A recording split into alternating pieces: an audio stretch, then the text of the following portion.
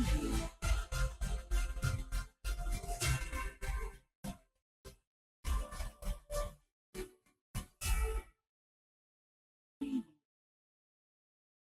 नमस्कार, आदाब सलाम। मैं हूं आपका मेज़बान असद मिर्ज़ा, लेकर हाज़िर हूं आपका पसंदीदा कार्यक्रम विश्व दर्पण। आज के एपिसोड में हम बात करेंगे एक ट्रेजेडी या अलमनाक हादसे की, जो कि अमेरिका में गुज़िश्ता हफ़्ते पेश आया था। लेकिन उससे पहले हम आपसे ये गुज़ारिश करेंगे कि अगर आपने अभी तक हमारा channel media star world subscribe नहीं किया है, तो उसे फ़ौरन सब्सक्राइब करें और साथ ही साथ बेल का बटन दबाना ना भूलें, ताकि जैसे ही हमारे वीडियोज़ यूट्यूब और फेसबुक पर अपलोड हो, वो फौरन आपके इनबॉक्स तक पहुंच सकें। तो आइए अब बात करते हैं 24 मई को टेक्सास के शहर यूवाल्डे में होने वाले उस अलमनाक हादसे में, जिसमें के 19 तालिब इल्म यानी कि स्टूडेंट्स और 2 टीचर्स के समेत एक 18 साल शख्स जिसका नाम सल्वाडोर रोनाल्डो रेमोस था, वो सब जहां बहक हो गए या हलाक हो गए। हम ये जानने की कोशिश करेंगे कि क्या वजह है कि अमेरिका में इस तरीके के हादसात में तेजी आती चली जा रही है, और क्या वजह है कि एक आम अमेरिकी शहरी कितनी आसानी से बाजार से बंदूक या रिवॉल्वर या पिस्तौल खरीद सकता है। और साथ ही साथ हम ये जानने की कोशिश करेंगे कि इस सिलसिले में अमेरिकी हुकूमत क्या कर रही है, और इससे दीगर जुड़े हुए वजूहात या कॉजेस क्या है, जिसकी वजह से इन तरीके की ट्रेजेडीज में या इस तरीके के इंसिडेंट्स में एक काफी कसीर इजाफा रूनुमा हो रहा है। यूं तो अगर हम बात करें तो अमेरिका में स्कूलों में होने वाले इन तरीके के हादसात की एक लंबी फहरिस्त है, जिसकी शुरुआत 18 मई सन 1927 से हुई थी। लेकिन हम माजी में इतना दूर नहीं जाते हैं, बल्कि हम आपको बताते हैं कि 20 अप्रैल सन 1999 में कोलोराडो के एक स्कूल में 12 तालिब इल्म या स्टूडेंट्स और एक टीचर को एक 45 साल शख्स ने गोलियों से हलाक कर दिया था। उसके बाद 21 मार्च 2005 में मिनेसोटा के रेड लेक हाई स्कूल में एक 16 साल तालिब इल्म ने अपने ही 5 साथियों और एक टीचर और एक सिक्योरिटी गार्ड को गोली मारकर हलाक कर दिया। उसके बाद 16 अप्रैल 2007 में वर्जीनिया की ब्लैकबर्न यूनिवर्सिटी में एक 32 साल स्टूडेंट ने अपने आप को मारने से पहले तकरीबन 32 लोगों को गोली मार दी थी। उसके बाद 14 फरवरी 2008 में इलिनॉय यूनिवर्सिटी में एक 27 साल स्टूडेंट ने 5 लोगों को गोली मारने के बाद खुद अपने आप को गोली मार ली। उसके बाद सन 2012 में 2 अप्रैल को एक स्कूल में एक 43 साल शख्स ने 7 बच्चों को गोली मारकर हलाक कर दिया। उसके बाद सन 2013 में 7 जून को सेंटा मोनिका कॉलेज कैलिफोर्निया में एक 23 साल स्टूडेंट ने अपने 5 साथियों को गोली मार दी, और फिर बाद में उसको पुलिस ने गोली मारकर हलाक कर दिया। इसके बाद 2014 में 24 अक्टूबर को वॉशिंगटन स्टेट के मैरिसोल शहर में एक 15 साल तालिब इल्म ने अपने 9 साथियों को पहले गोली मारी और फिर खुद अपने आप भी सुसाइड कर ली, अपने आप को गोली मार दी। उसके बाद 1 मई 2015 को ओरेगोन के कम्युनिटी कॉलेज में एक 26 साल स्टूडेंट ने अपने 8 साथियों एक टीचर को गोली मारी और उसके बाद सुसाइड कर ली। उसके बाद 8 मई 2018 को टेक्सास के सांता फे हाई स्कूल में एक तालिब इल्म ने अपने 8 साथियों को और 2 टीचरों को गोली मारी। तो इस तरीके से आप ये अंदाजा लगा सकते हैं कि अमेरिका में इस तरीके के हादसात या वाकयात कोई नई चीज नहीं है, और खास तौर से ये वाकयात स्कूलों में रूनुमा हो रहे हैं, जो कि आप समझते हैं कि बहुत ही सिक्योर जगह है, वहां पर सिक्योरिटी भी है और वहां पर आमतौर पर इस तरीके की कोई हरकत नहीं होगी। तो हम ये जानने की कोशिश करेंगे कि क्या वजह है कि अमेरिका में इस तरीके के हादसात में इतनी तेजी रूनुमा हो रही है। आदाद शुमार के मुताबिक अब तक अमेरिका में गुज़िश्ता 25 सालों के दौरान इस तरीके के 900 से ज्यादा वाकयात हो चुके हैं, जिनमें कोई शख्स किसी भी जगह किसी शॉपिंग मॉल या स्कूल या कॉलेज या कम्युनिटी सेंटर में घुसा और वहां पर लोगों पर अंधाधुंध फायरिंग करके उनको हलाक किया और आखिर में खुद को भी गोली मार ली, या फिर उसे पुलिस ने गोली मारकर हलाक कर दिया। 24 मई को होने वाले हादसे के बाद अमेरिकी सदर जो बाइडन और उनकी अहलिया जिल बाइडन 29 मई को युवाल्डो टेक्सास पहुंचे और वहां पर अपनी तकरीर में सदर जो बाइडन ने कहा कि ये एक ऐसा अलमनाक, ऐसा दुखद हादसा है कि जिससे आपकी रूह या आत्मा कांप जाती है और आपको ऐसा लगता है कि आपके सीने में या दिल में एक छेद हो गया है जो आप किसी भी तरीके से पूरा नहीं कर सकते, यानी कि आपकी आत्मा का एक हिस्सा या आपकी रूह का एक हिस्सा आपसे अलग कर लिया गया है। सदर जो बाइडन की इस सेंटिमेंटल तकरीर का एक पस मंजर और भी है, क्योंकि वो अपनी पहली बीवी नाइला और अपनी बेटी नोमी को भी एक कार हादसे में खो चुके हैं और उसके बाद उनके लड़के का सन 2015 में उनके लड़के को कैंसर होने के बाद उसकी मौत वाक़ई हो गई। तो सदर जो बाइडन एक तरीके से अपनी उस मेंटल स्टेटस को बयान कर रहे थे कि जब आप अपने किसी करीबी को खो दें, तो वही बात उन्होंने इन तालिब इल्मों के ताल्लुक से की कि हमें ऐसा लग रहा है कि हमने अपनी फैमिली का, अपने खानदान के किसी फर्द को खो दिया है। अब बात करते हैं कि क्या वजह है कि पूरे अमेरिका में इस तरीके के वाकयात में इजाफा हो रहा है और ये वक्तन फवक्तन यानी कि रेगुलर इंटरवल्स पर होते रहते हैं और हुकूमत वहां पर इन चीजों के ऊपर कंट्रोल करने में बिल्कुल नाकाम नजर आती है। दरअसल जिस तरीके से अमेरिका में फायर आर्म्स यानी कि वो असलाह,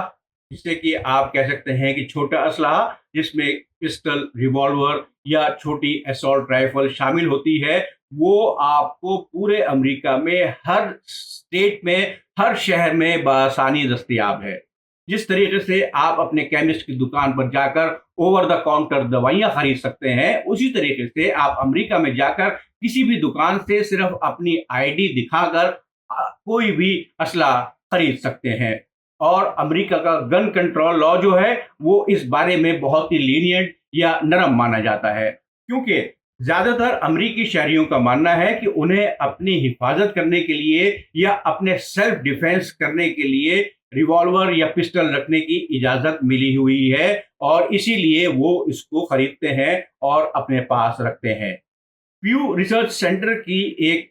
स्टडी के मुताबिक, जो कि उसने गुज़िश्ता 15 साल पहले की थी, उसने ये पाया कि तकरीबन 40% अमेरिकियों के पास इस तरीके के छोटे असला उनके घर में मौजूद हैं या वो एक ऐसे घर में रह रहे हैं जहां के किसी फर्द के पास कोई ना कोई असलाह मौजूद है। अगर हम इस तनासुब का पूरे डेवलप्ड वर्ल्ड यानी कि तरक्की याफ्ता ममालिक से इस तनासुब का कंपैरिजन करें तो हम ये पाएंगे कि ये तनासुब सबसे ज्यादा अमेरिका में है और उसके बाद नेदरलैंड्स और फिनलैंड का नंबर आता है।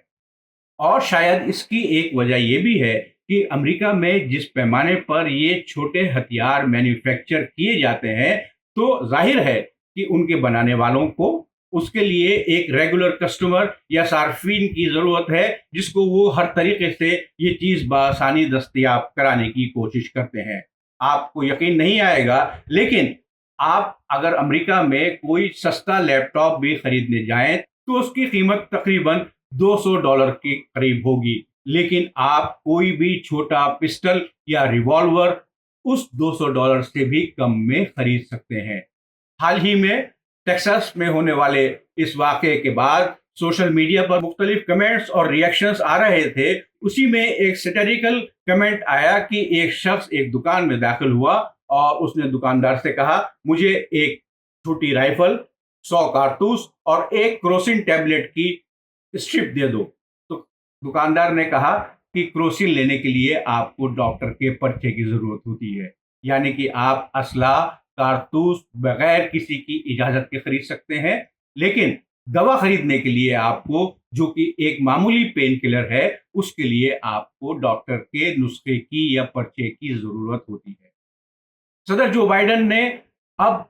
अपने इस अज़्म का इजहार किया है कि वो अपनी सदारत के दौरान अमेरिका में गन कंट्रोल लॉ को मजीद स्ट्रॉन्ग बनाने की कोशिश करेंगे और इस ज़िम्न में उन्होंने उम्मीद जाहिर की है कि उनको उम्मीद है कि रिपब्लिकन पार्टी, जो कि अब तक गन कंट्रोल लॉ पूरे तरीके से नाफिज किए जाने के खिलाफ थी, उसमें उनके साथ खड़ी होगी और अमेरिका में एक नया तरमीमी गन कंट्रोल लॉ लाने में उनकी हिमायत करेगी। इस बारे में उन्होंने उम्मीद जाहिर की कि सीनेट के माइनॉरिटी लीडर मिच मैककॉनेल और सीनेटर जॉन कॉर्निन, जो कि दोनों रिपब्लिकन पार्टी से हैं, वो इस जिम्न में कुछ मुस्बत या पॉजिटिव काम कर सकते हैं, क्योंकि रिपब्लिकन पार्टी ने भी अपनी तरफ से मिच मैककॉनेल को ये जिम्मेदारी दी है कि वो जॉन कॉर्निन के साथ मिलकर कोई ऐसा नया रास्ता निकालें जिससे कि अमेरिका के गन कंट्रोल लॉ को मजीद स्ट्रांग बनाया जा सके, ताकि लोग बआसानी असला